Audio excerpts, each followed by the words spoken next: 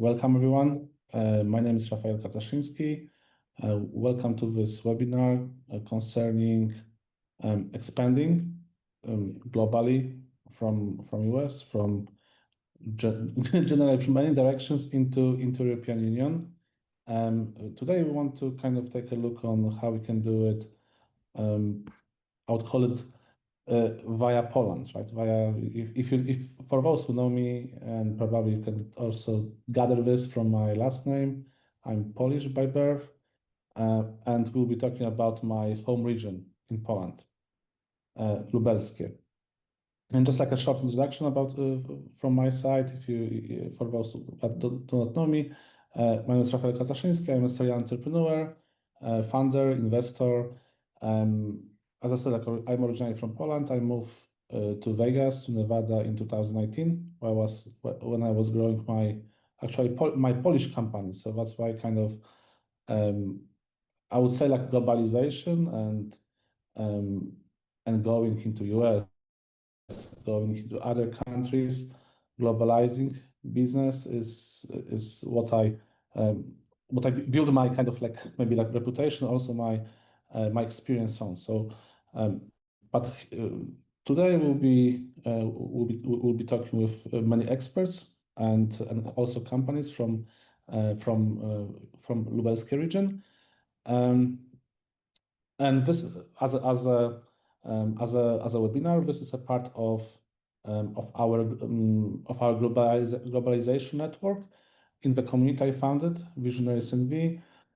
For those that do not know, VisionariesNV is a community localized in Las Vegas, in Nevada. Our goal is helping companies enter the US market, but also globalize in general. So our goal is to be your help, assist you in getting personal, trusted access to different markets. And as I said, like today we're talking about European market and Polish market in particular. Could I see the next slide? For our agenda today, we will be seeing presentation about Lublin as a destination for R&D projects. We'll also see funding opportunities for R&D projects and from EU and national sources. This is something that we may find interesting because, like from US perspective, we are used to grants from different organizations. The same help we can get from European Union or from Polish organizations. So that's also something that it's worth talking about. We'll talk about commercial real estate, and we'll have some case studies of American startups already in Lublin, already in Poland, already in European Union. So maybe without further ado, I will pass I'll pass the stage. I think Marcin, right? You will be presenting. Yes. Now. Perfect. Hello. Good morning, Nevada. I hope you can hear me well and see me. First of all, I would want to emphasize that I do have some connections to North America. My father was born in Canada. I spent several years in the United States. Unfortunately, I didn't make it as far west as Vegas, mainly spending time on the East Coast. And today, I want to describe the second node of Mr. Kartaszyński's operations, since he's inviting a lot of European and Polish companies to the United States. So we jointly thought together that it would be a good idea to show him, his partners the opportunities that lie in his hometown. So I will share with you a short presentation which will give you a certain broad perspective about Lublin and the surrounding region, which will segue you into the more specific presentations by our very distinguished guests and partners, locally but globally connected, as you will see. As in Lublin, we are strong by the community that we create. So, first of all, where is Lublin, of all places? I know you may have heard of Lublin, Wisconsin, but the Lublin we're going to speak about today is the Lublin which is at the heart of the European continent, so to speak, at the eastern boundaries of the European Union, but in the European Union nonetheless, which, as we say, is culturally, politically, strategically, and to a certain degree recently militarily, gateway between East and West, which also provides numerous opportunities in a business manner. So Lublin, as you can see, is a very green city. By American standards, it wouldn't be considered a very big city, but it's in the top 10 in Poland, so in the eighth economy of the European Union, with a young population and a healthy economy, with still wiggle room for new projects coming in. It's, as you'll see on the subsequent slides, it's a very academic city fueled by university students. Within the Lublin region, we are the key well-connected sort of logistic hub, where the green routes show completed highways which are connected to the rest of Europe. So if by any chance you would be thinking of creating traditional logistics hub in Lublin, you have the access to the rest of Europe through the Trans-European network. And additionally, we have an airport which serves mainly local purposes, mainly, let's say, tourist destinations, and it serves the Polish diaspora in Western Europe, but it also is connected to certain hubs in which can further connect you back to your homeland in the United States. What is important is this is one of the two key airports that are very crucial in supporting Ukraine in their struggles. It has a cargo terminal operation since last year, so a fresh opportunity to use this logistics facility for expansion. Once you arrive at our airport, you can take a quick train or bus to the center and see our very modern bus intermodal metropolitan station, which is state-of-the-art and sustainable technology. And as you probably can see, it has some of a Singapore feeling to it. Once you reach that destination, you go straight to our office to meet our team. As you can see, I'm the gentleman here in the middle, but we have a full, so to speak, representation of gender parity in our team, which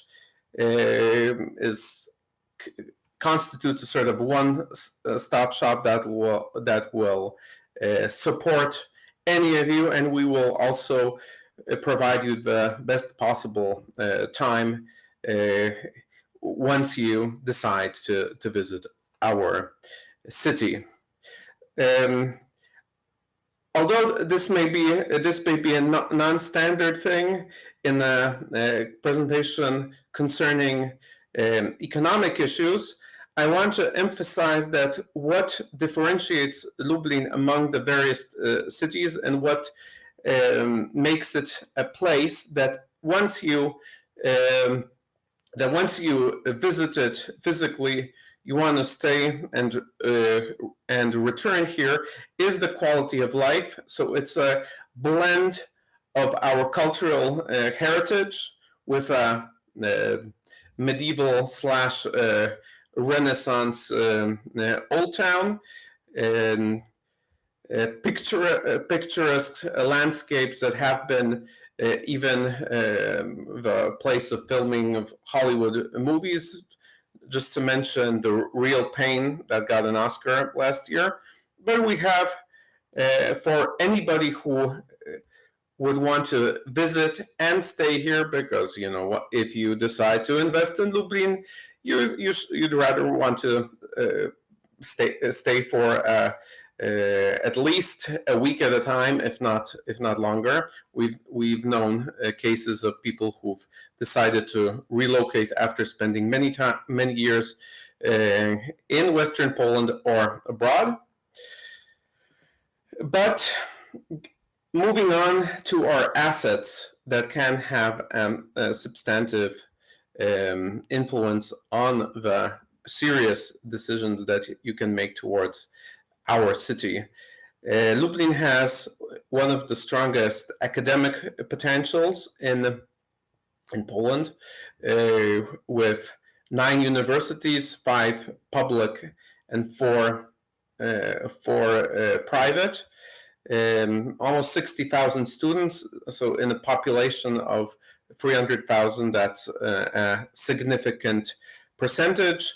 Essentially, all the entire range of courses and possible research can be done within our city, because we have a medical university, a university of technology, life science university, and even a Catholic university, if that's what you fancy. And what we are really proud of is that we are the most international university, academic environment in all of Poland, with more than 13% of our students coming from abroad, from over 100 countries, from places as close to us as Ukraine and Belarus, but we have significant groups from Zimbabwe, Taiwan, Nigeria, Norway, and the United States as well.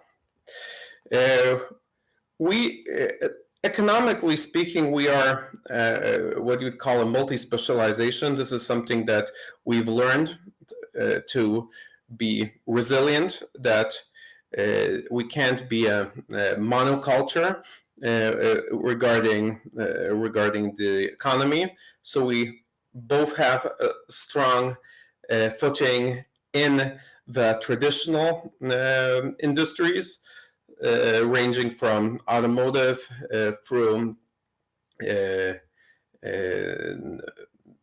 food processing, but we also have a strong IT sector and modern business services, so BPO,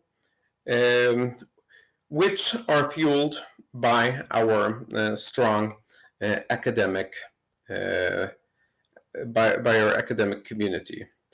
And Apart from, obviously, our office, we couldn't manage on our own, as our distinguished guests today will signify for sure. We have a business support ecosystem which consists of both nationally supported, so government subsidized startup platforms such as Unicorn Hub. We have technology parks where, apart from lab areas and virtual offices where you can make your first step in the Polish market, there is a variety of EU grants and EU programs for startups or branches of companies that can be used. There is an array of dynamically functioning clusters which assemble various economic and academic research-oriented entities within our ecosystem, and these are from the industrial, medicine, aviation, you name it. Our venture capital ecosystem in Poland isn't as strong as it is in the US, but there is a growing number of companies that are using funds from a variety of sources. As you will see today, one of the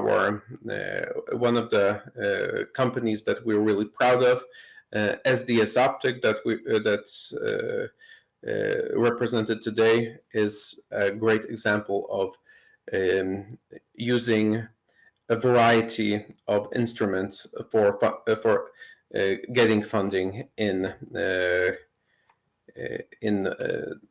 Poland, in the EU, and from both private sources, the stock market, and public sources. It's worth noting that Lublin, although it's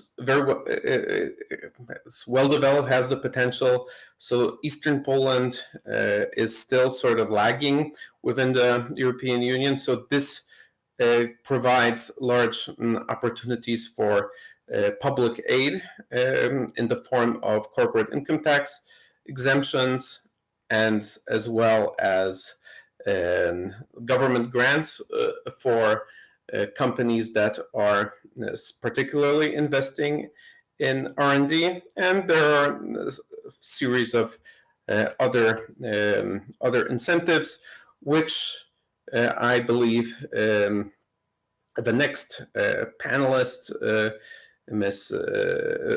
from the MSCG company, will speak more broadly about.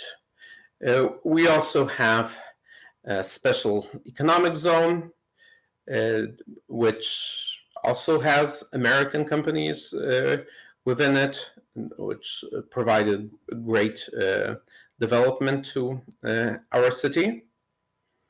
It changed the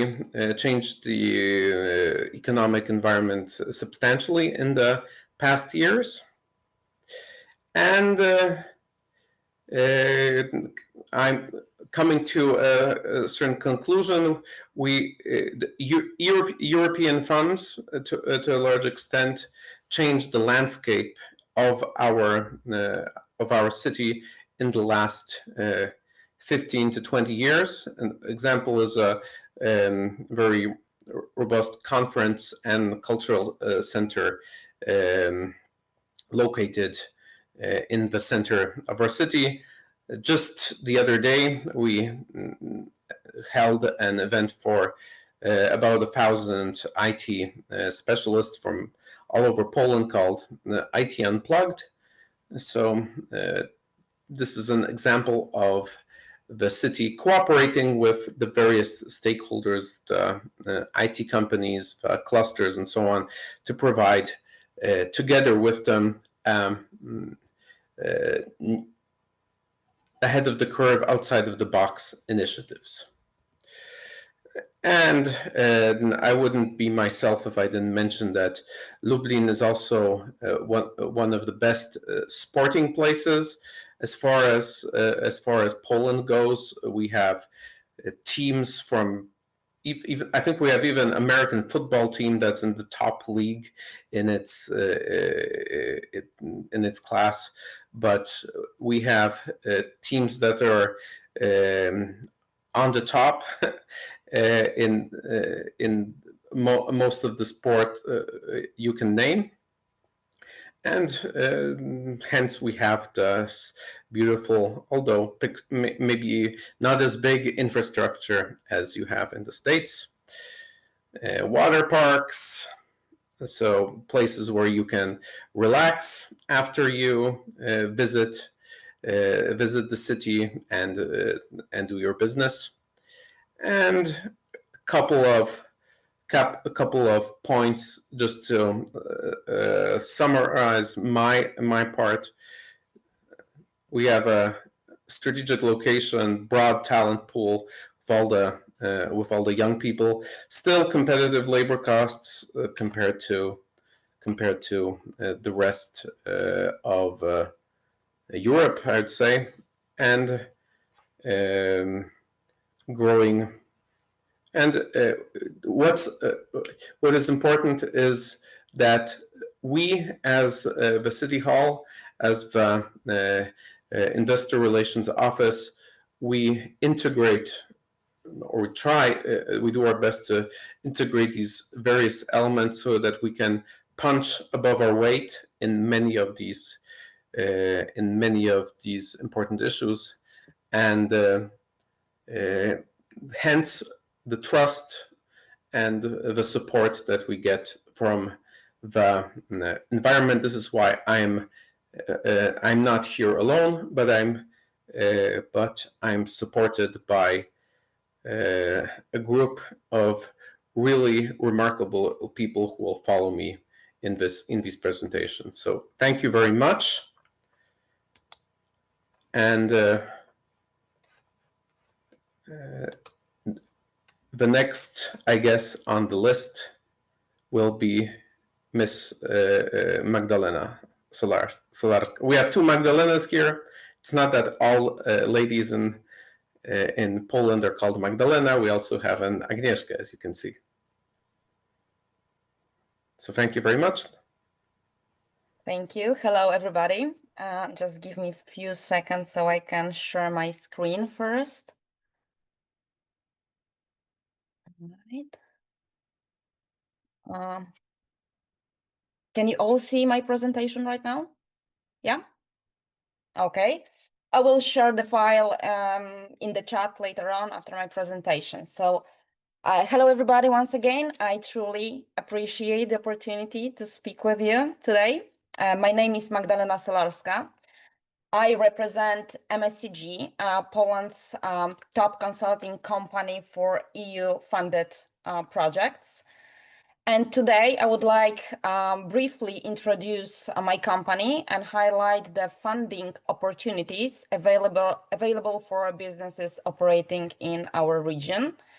So for the past 16 years, MSCG has supported over 1,500 projects, securing more than 2.5 billion Polish zlotys in funding for our clients. That is approximately $700 million in grants.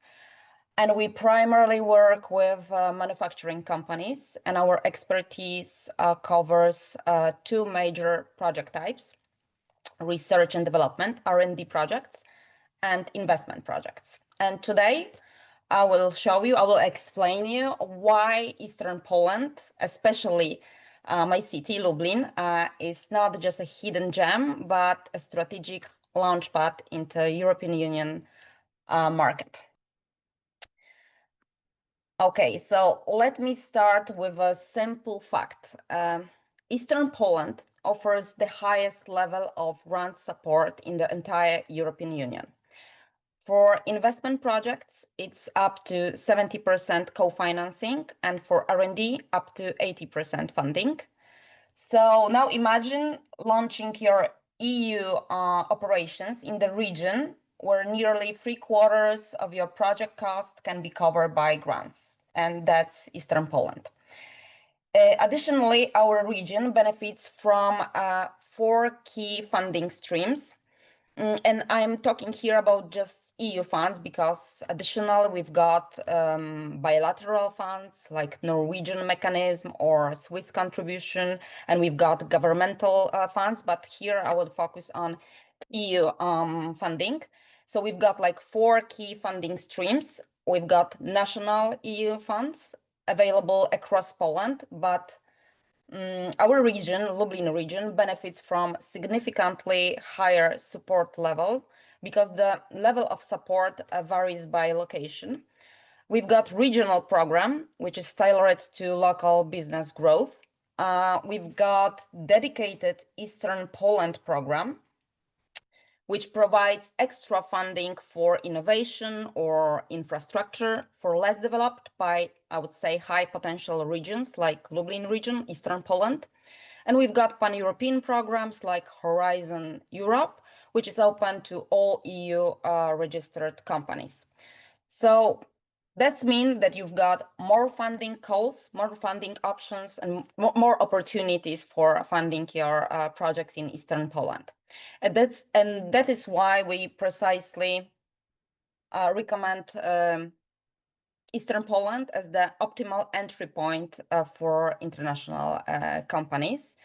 And just as is what it was said in the previous presentation, but Eastern Poland not only offers more grant opportunities and higher level of support, but it is also more cost effective, I would say, both in terms of labor and real estate. But to be well understood, I would say that Eastern Poland is not just cheaper, it's more, I would say it's more strategic. Beyond the numbers, Eastern Poland, and our region in particular, is a talent-rich ecosystem. The city is home to over 600,000 university students and several academic institutions, including the Lublin University of Technology, the Medical University, the University of Life Sciences, and Maria Curie Skłodowska University. So this means direct access to skilled graduates in engineering, medicine, biotech, agriculture, IT, or business, and a thriving environment for science-business collaboration. And last but not least, by registering a company here in Poland, you will gain full access to the EU single market, which with over 450 million customers. So to picture this, the EU can cover up to 80% of your innovation costs, including salaries of top executives, top experts. And once you are set up here, you will get full access to the EU single market with 450 million customers, with no tariffs and no trade barriers. And just a quick story, over the past few years, we have supported several US and German companies in setting up operations in Eastern Poland, particularly in our city, Lublin. Initially, many of them were thinking small at the beginning, so they were thinking about outsourcing back office services, maybe opening a local sales branches.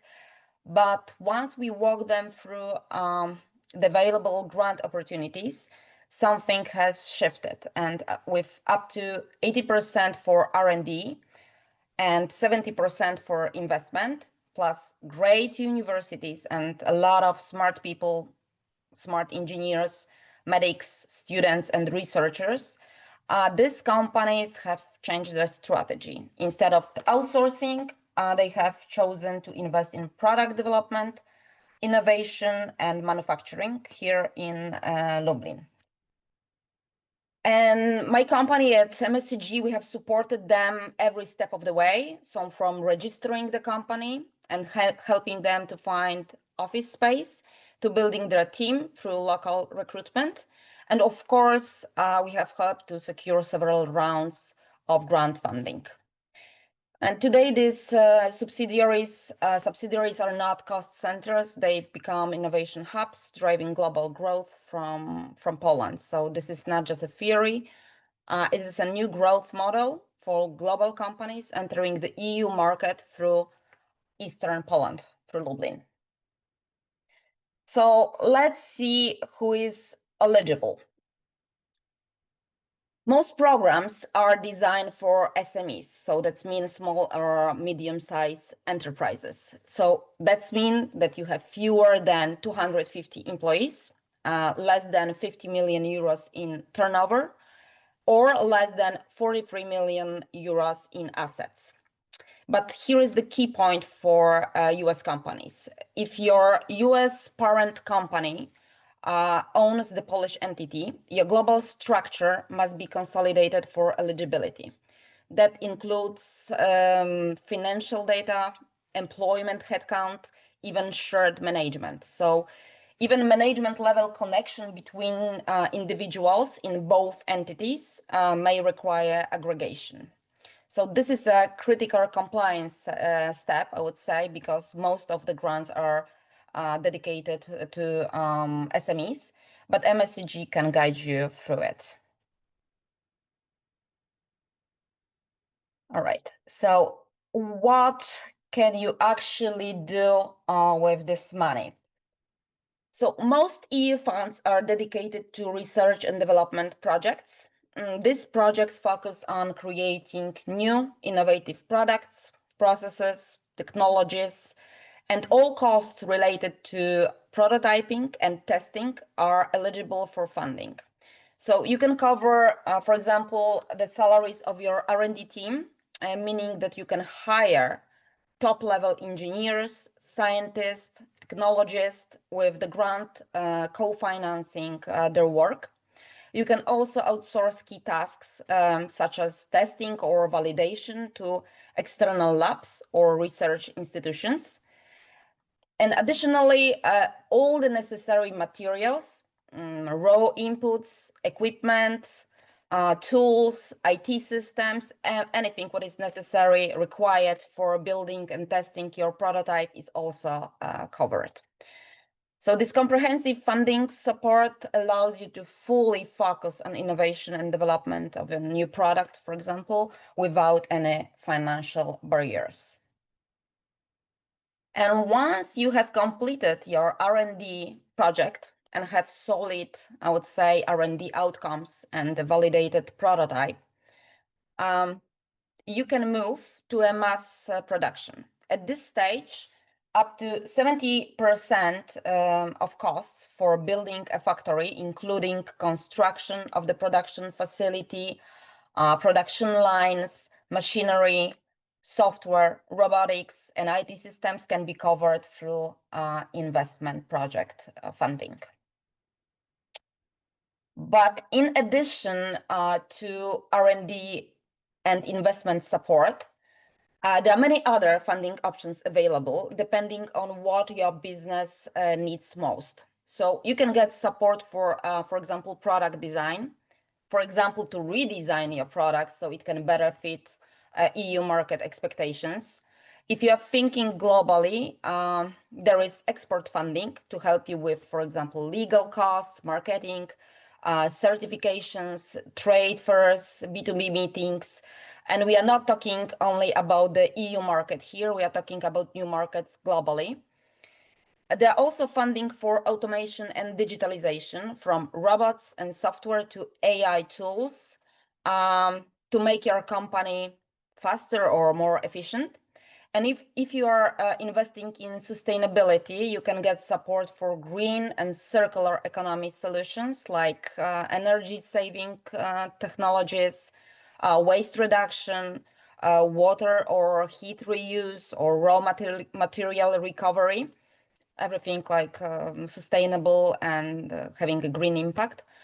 Even workplace safety is covered, whether it's improving, for example, air quality, reducing noise, or creating more ergonomic workspaces. And this is not all. There are also programs that support education, employee training, and creation of R&D labs or innovation centers.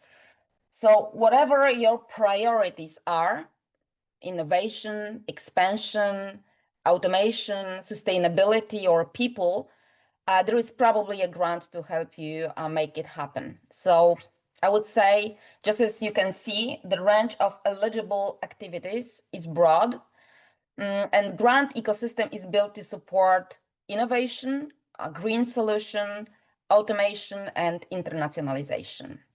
But these programs, just as I said at the beginning, are primarily designed for SMEs, or small and medium-sized enterprises, although mid-caps and large companies, large enterprises may also be eligible for example, R&D projects, R&D funding, but under certain conditions, for example, with partnership, with collaboration with university or SME company. So with so many options on the table, it helps to have someone who knows the system inside out. And that's what we do at MSCG. We offer more than just application writing. We act as your strategic partner in unlocking public funding for your Polish operations. What sets us apart is our 16 years of expertise in EU funding and the successful delivery of over 1,500 projects. We operate, what is important, we operate on a success fee model, which means you only pay if your project secures a grant. But before we start working together, we carefully check your project. So I mean your idea, team, budget, finances. We also do market research, so to see how your product compares to others. Together with patent experts, we check if the idea is really innovative. And if everything checks out, your finances, team, budget, project concept, we sign an agreement. And this approach has enabled us to deliver 1,500 projects and secure over $700 million in grants for our clients. So if you are thinking about expanding into Europe, and if you are looking for a cost-efficient, high-impact entry point, and if you want up to 80% of public funding for your growth plans, I would say Eastern Poland is your gateway, and MSCG could be your bridge. And I would love to hear more about your expansion plans, and I would be happy to explore how we can support your entry into the EU market. So if you have any questions, just please ask. And thank you for your time. Thank you for having me.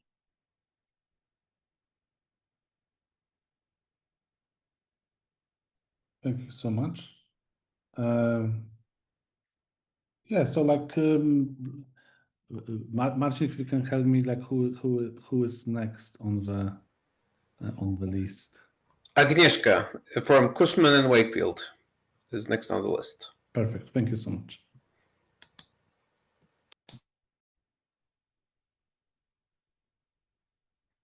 Hello, everyone. Hello.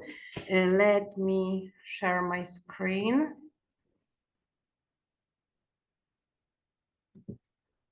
Can you see my presentation? Not yet. Yes. Okay, you can see it now. Good morning, everyone. My name is Agnieszka Gułaś. I represent Cushman & Wakefield, a global real estate advisory firm, originally founded in New York over a century ago. Currently, our headquarters is based in Chicago. In Poland, we've been operating since 1991. Our team is over 460 professionals, works across 8 major cities in Polish. We are advising tenants, investors, and developers on all aspects of commercial real estate. I personally, together with Michał Grabowiecki, who couldn't join us today, oversee the Eastern Poland region, and I'm based in Lublin, which gives me a unique and the ground perspective of the local office market and its potential for international like yourself. In recent years, we've had the privilege of supporting a number of global and regional players in Eastern Poland, including Boeing, Team International, Capgemini, Santander, Flex Global, Data Art, T-Mobile, and many, many others. From our base in Lublin, we've successfully transacted over 4,000 square meters of office space. This demonstrates both the growth demand on in the region and our hands-on experience in delivering results for demanding international clients. Sorry.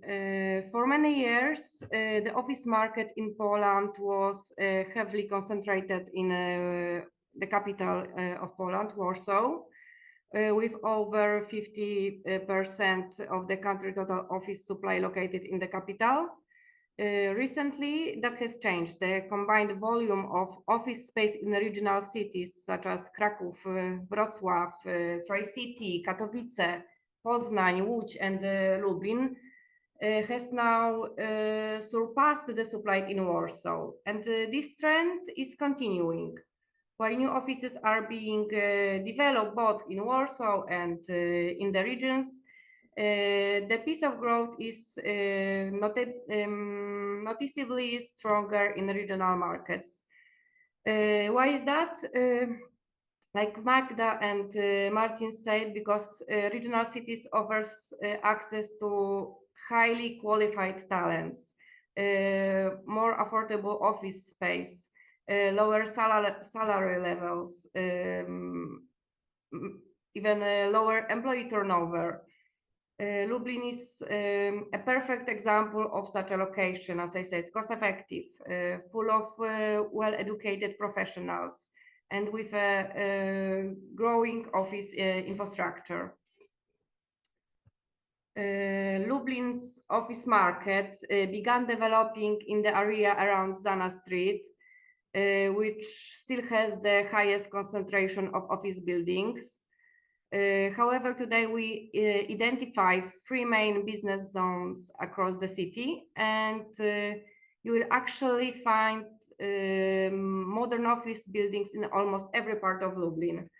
What's important to know is that Lublin is a very compact city. You can drive from one way to the other in about, I don't know, 20 minutes. Correct me, Martin, if I'm wrong, but I think it's not more than 20 minutes.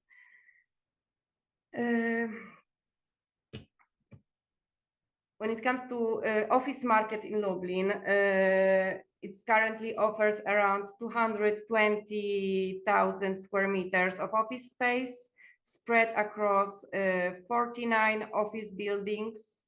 The market's vacancy rates is about 11.1%, which is a healthy indicator, I would say, ensuring there's enough available space without being oversupplied.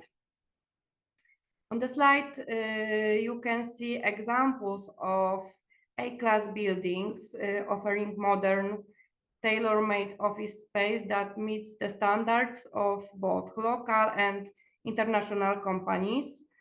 These buildings operates under traditional lease and provide a stable professional environment. If you want to lease office in one of these buildings, you have to just sign the contract. But we also have more flexible offices as well. Here you can find example of what office space in Lublin looks like. As you can see, there are modern, well-designed and professionally managed properties They provide companies with high technical standard, energy efficient solution, and excellent working environment. We've got in Lublin also a service office for companies who are looking for greater flexibility, such as startups, new markets entrants. Lublin also offers such opportunities. For just €300 per desk per month, you get access to fully equipped workplace, so furnitures, high-speed internet, printing services, kitchen facilities, even reception or cleaning services, all is included in price. You can sign the contract one day and be operational the next one. So it's simple, fast, and efficient. When it comes to lease terms in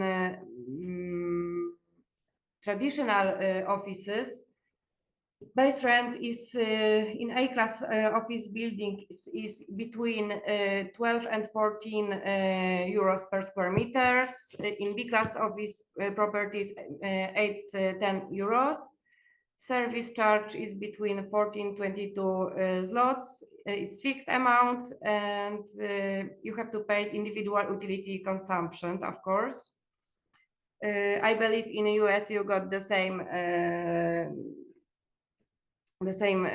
way like you are charged. Minimum lease length 5-7 years in A-class office buildings, 3 years possible in B-class properties. Add-on factor between 5 and 10%, depends on property. Indexation based on HICP or on GUC. When it comes to incentives, it's about 200 euro, maybe 250 euro per square meter fit-out budget. No rent-free period. It doesn't mean it's impossible to get it, but it always depends on the size of the office and the lease length. Payment frequency is per month payable in advance. Deposit 3 months rent and service charge, including VAT. We don't have in Lublin building with green certification, but we have some of the building implemented green practices, of course. When it comes to parking, it's from 60 to 85 euros. It depends if it's surface parking or underground parking. In Poland, we've got 23% VAT tax. Thank you for your time. As you can see, Lublin is a great location, so I am happy to meet you and to give you more details about office market.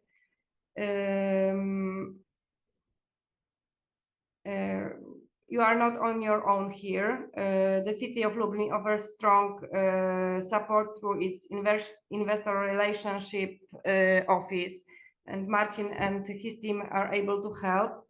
You can trust also advisor like Cushman & Wakefield or Magdalena. We are happy to help you if you have any questions.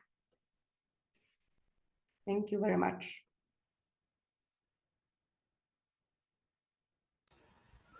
So thank you very much, Agnieszka. And now we would like to have a case study presented by one of the startups which has American roots in a very special way, but I won't give all the details away. I will. I think Karol will start, and Miss Magdalena will join in, right? That's correct. Thank you very much. Very, very nice to be here, and let Karol start the presentation. Okay, let me know if you see the presentation. Yes. Yeah, so like Marcin said, we are SDS Optic, Lublin-based company from Poland. Here with me is Professor Magdalena Staniszewska, one of the co-founder of the SDS Optic and its technology. Because we are a public listed company, let me start from a very short disclaimer. But I won't read it aloud at the moment. So our management team is Marcin Staniszewski and Magdalena Staniszewska. Yeah, our humble beginnings, if I may say it in that way, started in US, where Professor Magdalena, working on Harvard Medical School, Ms. Marcin Staniszewski, together with NASA, working on the fiber optic technologies and discovering new way of communication methods using the optoelectronics. Together, they combine potentially very different spaces of the sciences, because they merge optoelectronics with molecular biology to create something new, something innovative, some totally new approach in when we're speaking about detecting and eventually diagnostics. We are in Lublin. We have key personnel here. Anna Uherek is our business development director, working on new commercial directions for the company and for the technology. Dariusz Stencel is medical director. He's a physician, and he is a bridge between the company, the technology, and the key opinion leaders and physicians, not only from Poland but around the world. I am responsible for marketing, communication, and investor relations. And Marta Gęca is our financial controller. She is carrying of everything related to our financials, because we are publicly listed company. This is crucial for us to be transparent and communicate in the right way with the market, with our investors and potential partners.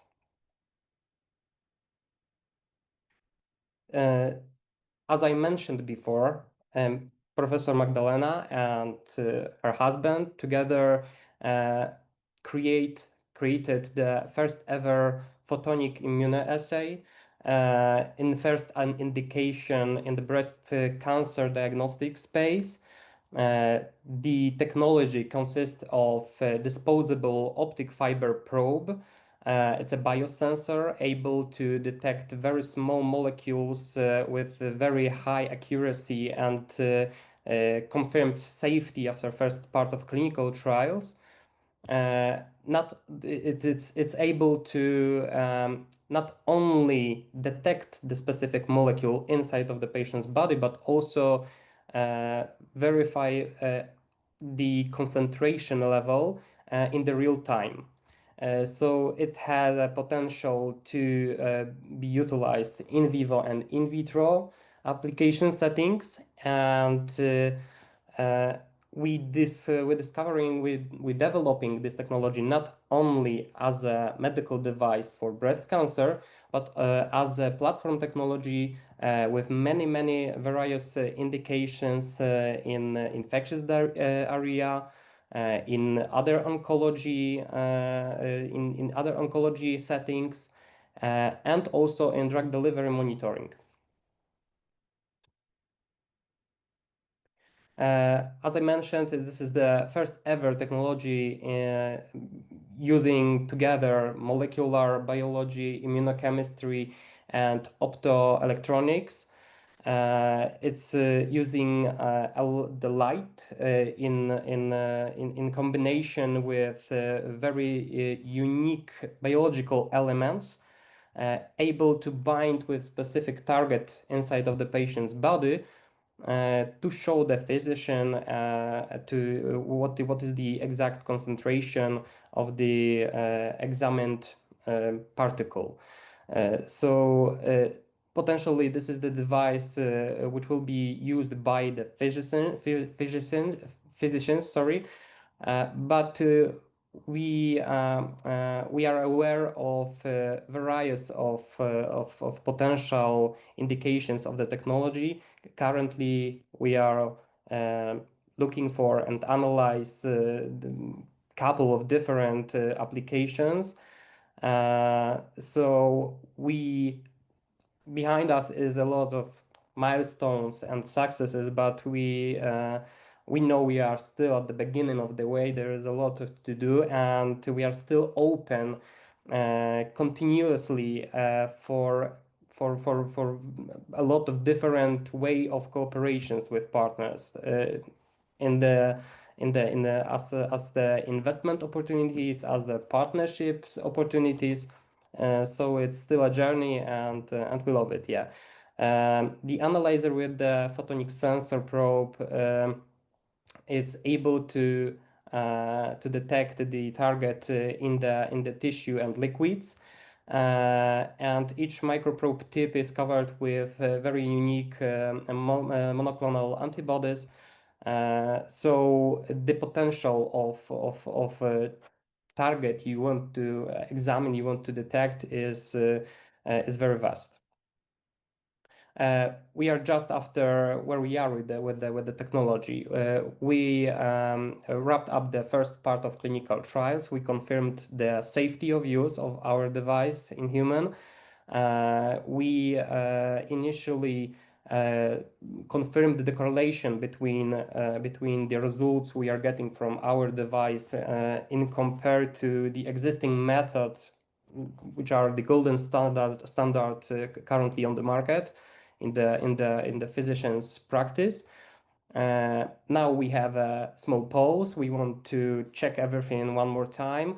We are planning to consult the future technology and the regulation pathway with the US FDA, because our main goal is to get into the market with the product completely validated, and with a product that will be the exact answer on the very specific market need. So during our pathway, when we developed the InProbe, we also developed other competencies. One of them is monoclonal antibodies manufacturing. Basically, this is something we are looking to analyze when we're thinking about future commercialization ways for the company. But most of all, we are seeing the monoclonal antibodies production as our own very unique advantage for our own purposes, for the other settings and functionalization of our probes. The other competence we are developed and seeking to commercialize is the optical coatings production and services. We have own production line of the optic fiber probes in our facility in Lublin, with certified clean rooms under the ISO 13458, and with the production confirmed by independent office of the Orange responsible for the study over the optic fibers. And we developed unique ways and processes to make optical coatings not only for lens, but any other materials you want to make more durable or water resistant or whatsoever. So what I want to say that even if we are developing our main project, which is the InProbe optical fiber probe, we still trying to make the best of all competences and potential we are getting on the way. Our science team continuously publicating articles, science paperwork. Our representatives making presentations, have e-posters on the greatest and most renowned events and conferences in the world, like ASCO. And yeah, so one of main goal and one of the thing which was very natural for our development is to find a new way, new place, and new people to connect abroad. So I think much more about our safe landing and work in US can say Professor Magdalena. So I hand over the floor to you. Thank you, Karol. Thank you very much for inviting us. That's really honor, and I'm happy that we can share our experience, maybe as a case study. Although I guess we want to invite people into Lublin, I will speak about a little bit about US and our experience in US. Although, as you could already hear, we started as a US small startup, and then we moved into Poland. Actually, we came back to our homeland. And then when the company was growing and we saw that there is some chances and there is some opportunities to expand our technology. So I guess you could hear that the technology truly is multidisciplinary. And as Karol explained, we can apply the technology to different fields. Of course, the closest for myself is biology and biotechnology, but you can expand it further into other areas. So as the company grow, here's the story that we wanted to expand it, and we wanted to apply into new fields. So we thought that we could use our Lublin facility to kind of set up and expand this, what we already developed. And this was the technology for diagnostic of the breast cancer. We wanted to manufacture the device, although it on a small scale. And then kind of expanding it toward different fields, we thought that we can apply it into different diseases, for instance. So we thought that maybe expanding it and doing it overseas will give us other opportunities, not only the scientific and kind of development, but also there was another potential that we could kind of collect the new talents. We could put the foot in the door and then try to make connections with maybe other companies, maybe other ventures, and also regulatory strategy that was very interested, and within our interest was FDA regulation and FDA approval for our technology. So all of these could happen overseas. That's why having the experience from the past ourselves, we thought that would be good to have kind of small entity overseas.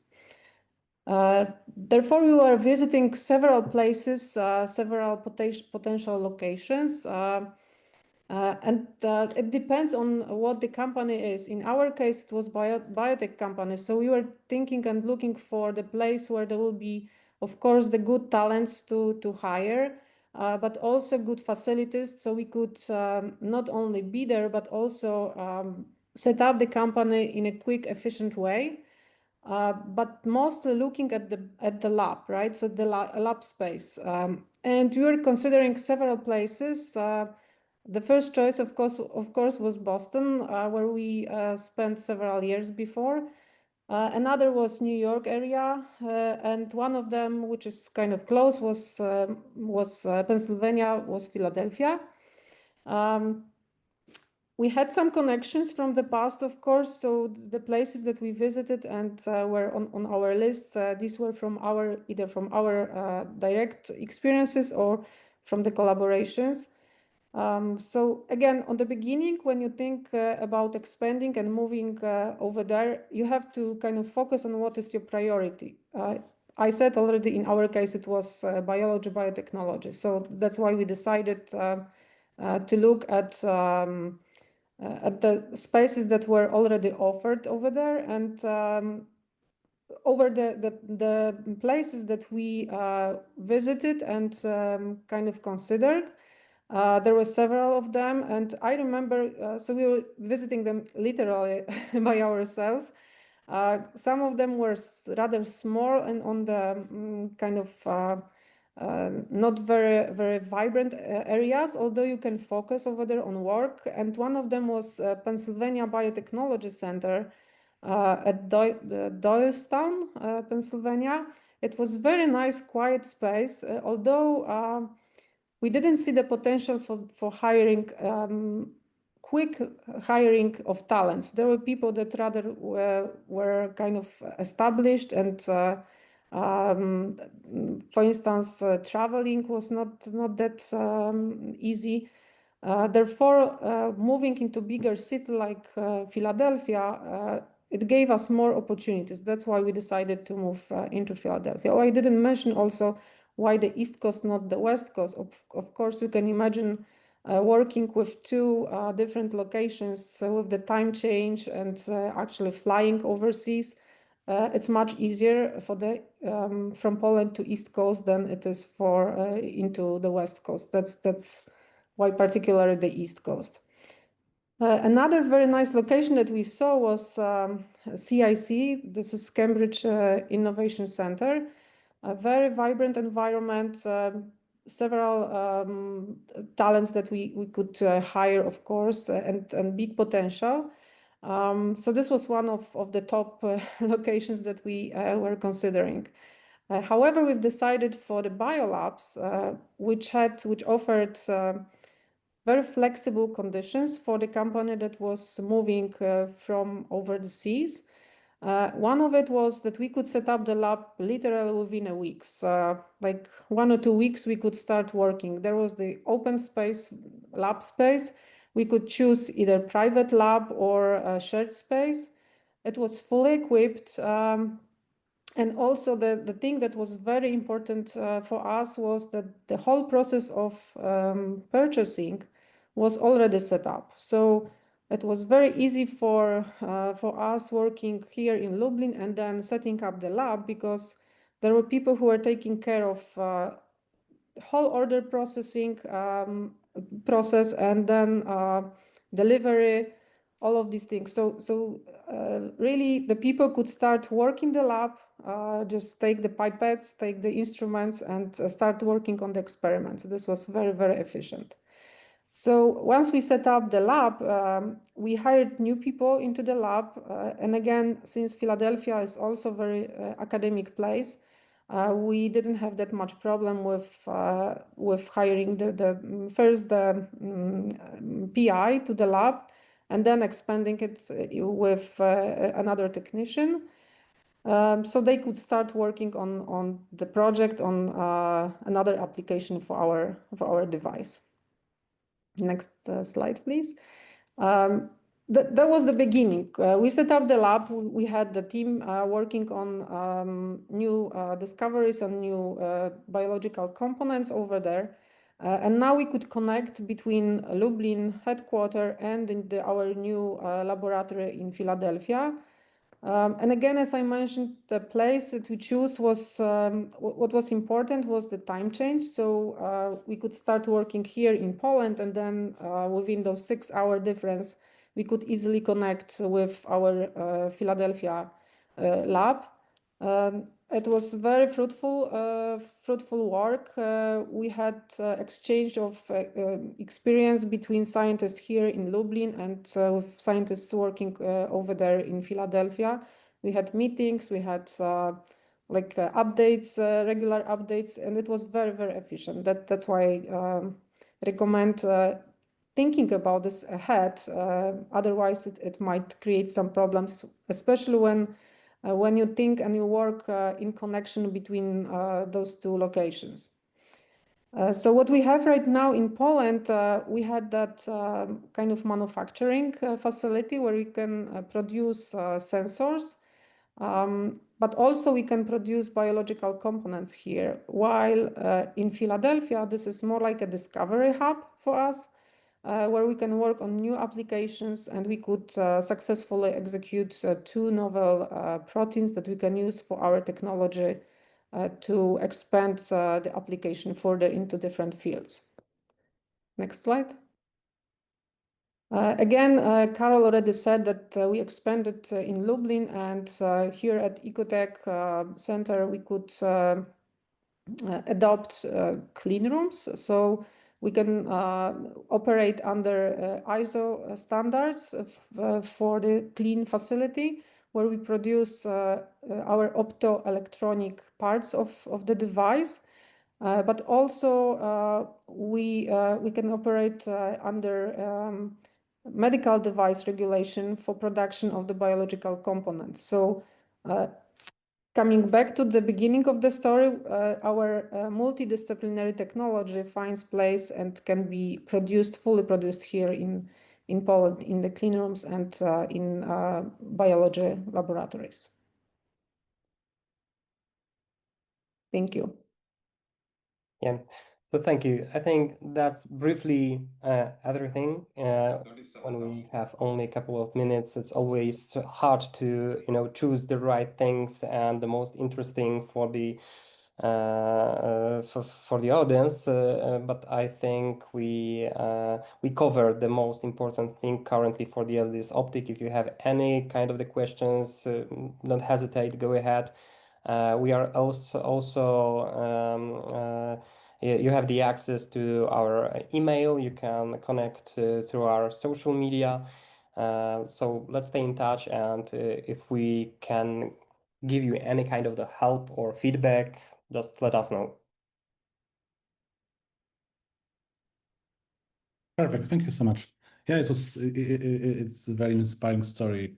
Thank you so much. Thank you for telling this story. Oh, it's like a kind of reminds me like how we were like building our company from Lublin, like in garage, and kind of like figuring things out. Like my experience, like you kind of like started partially in the US. I had to get into the US with my company, with Project and Diagnomatic, but was kind of like my challenge to it's tricky, right? We had a lot of success with other countries, Korea, Japan. We had 80 countries like conquered before we had US. It's a specific country, so if you kind of start there, it will be helpful. Okay, I think it's like Marcin, I think like it's the last presentation, right, from the group. Maybe let's move into Q&A. I saw some exchanges of questions in the chat, but maybe if someone has some questions left to our panelists, our great guests, this is now a good time to kind of ask them. Yes, I just wanted to add that I believe that since this presentation is recorded and we were answering on the go these various questions in the chat, I greatly appreciate this, especially the answers from my colleague Aldona and of course from Ms. Magdalena. We hope that this overview will be the introduction into these aspects that I guess every company that considers expanding into new markets has to take into consideration. I hope that you got the impression that you have a very welcoming committee, so to say, both on the side of the public sector and consulting companies and the companies that already made the first few steps in this market, that it's possible that you can be multi-continental, transatlantic, as my accent is allegedly. So you can always reach out to the Invest in Lublin team. I think that maybe what can be useful would be to check us out on LinkedIn simply by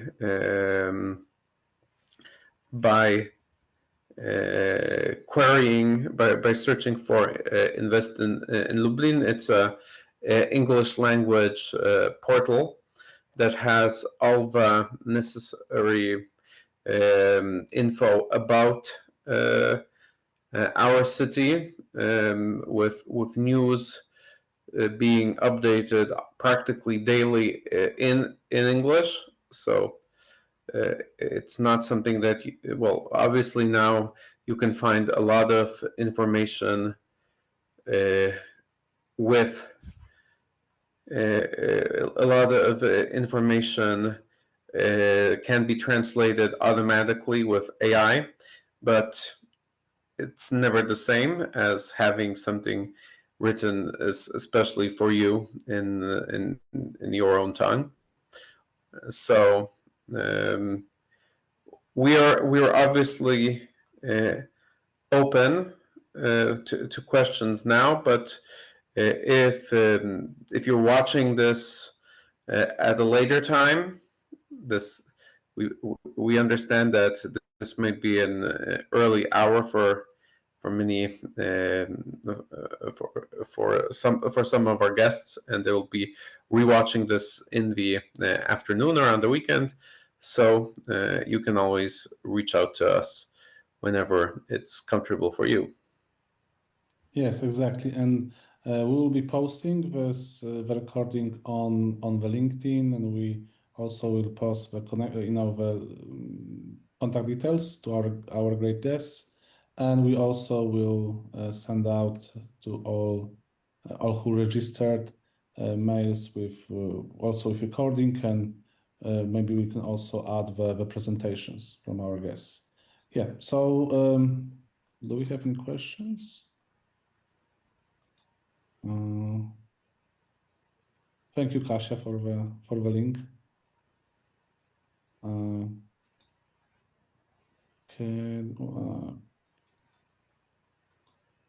Paulina is asking what export destination are prioritized in Poland currently.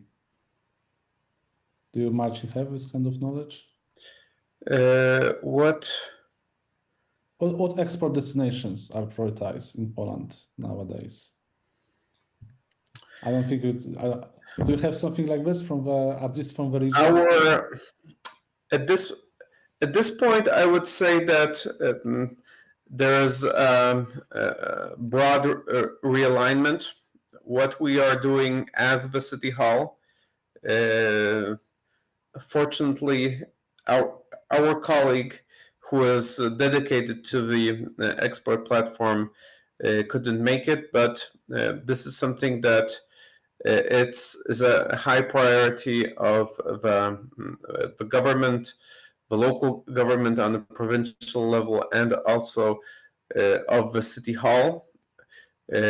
We play a very important role as we are the entity that has that's in touch with the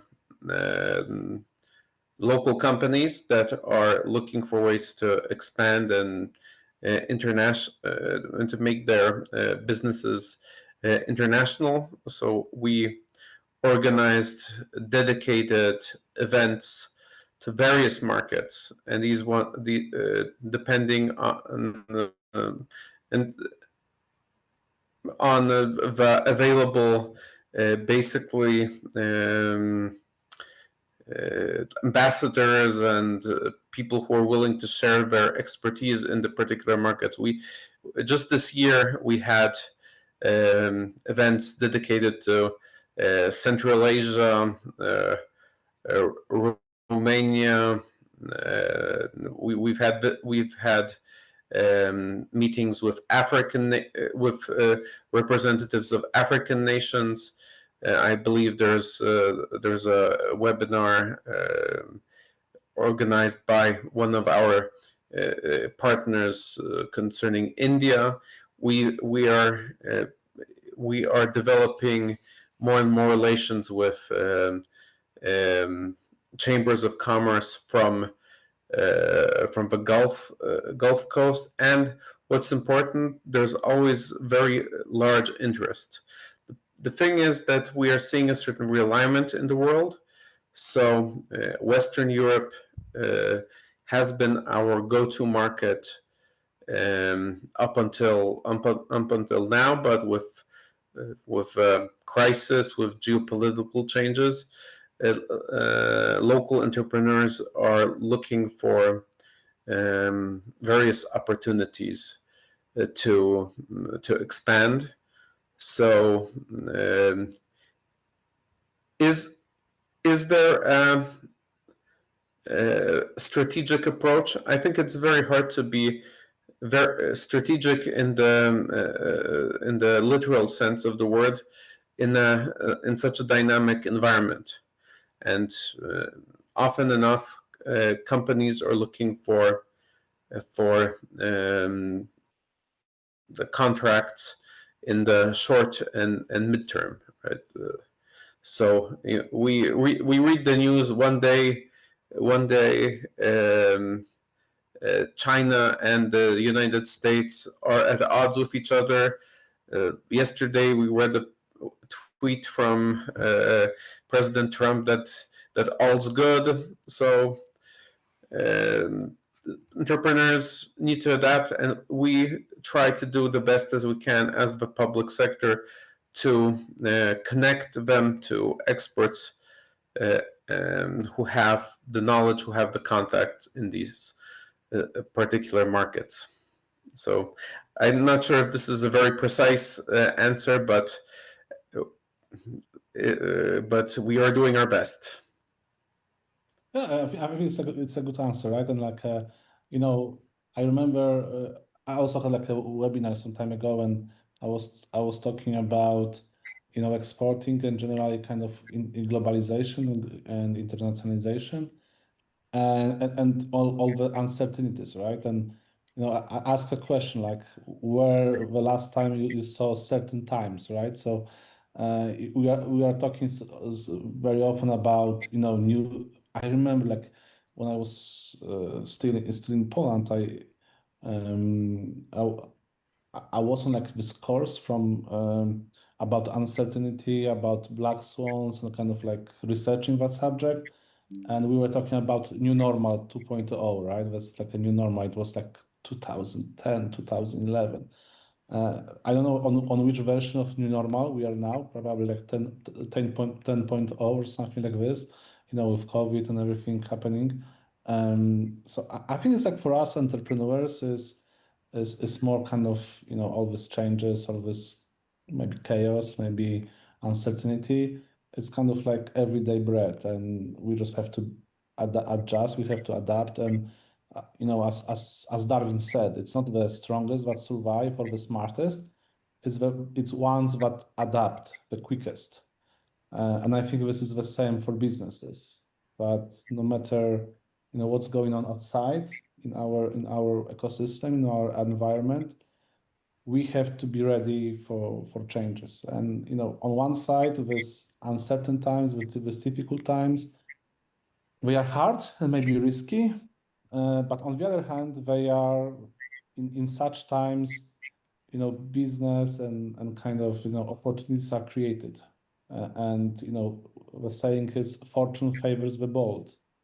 So even you need to be bold, you need to be resilient, you need to be kind of smart in what you are doing. And I think this times, this, as Marcin said, like what you said, like with this shift of from Western Europe when it comes to direction for Polish companies to other countries, it's kind of normal. It's like everybody should think about that diversification, right? You cannot just be on the mercy of one partner, one supplier, one contract source. You should always be looking for more. The more partners you have all over the world, if it comes to supply chain, when it comes to sales channels, the more you are resilient. And and anti-fragile, I would say, right? So the better you adapt, the quicker you adapt. So yeah, so like I put my like kind of like I would my I would say mentoring hat that at this moment. I could talk for hours how basically these historical circumstances created the environment for various the various golden ages which we had in the past and which I believe we are entering in now for Lublin. But I would keep this for anybody who is willing to reach out directly, and most desirably visit us directly in Lublin, where, as I mentioned, me and Aldona and Mariusz, who are present in this webinar, will gladly take you out to town and show you everything, starting from the historical monuments to the most modern office facilities and production facilities that were mentioned by Agnieszka and Professor Staniszewska. So this was a sneak peek, and we hope to hear from you in the coming days, weeks, and see you in Lublin. Perfect. I think it's like a great sum up to the webinar.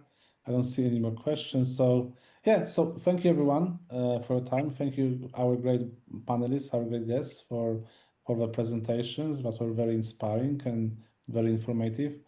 Thank you our guests, our attendees for joining us on this early hour in Vegas in US and on this late hour in Poland, or from whichever country you are joining us. As I mentioned, we'll publish this recording online so everybody can enjoy it afterwards and take benefit of the content we have provided here. Yeah, thank you so much, everyone, and all the best. Have a good incoming weekend. And as Marcin said, see you in Lublin, maybe see you in Vegas as well.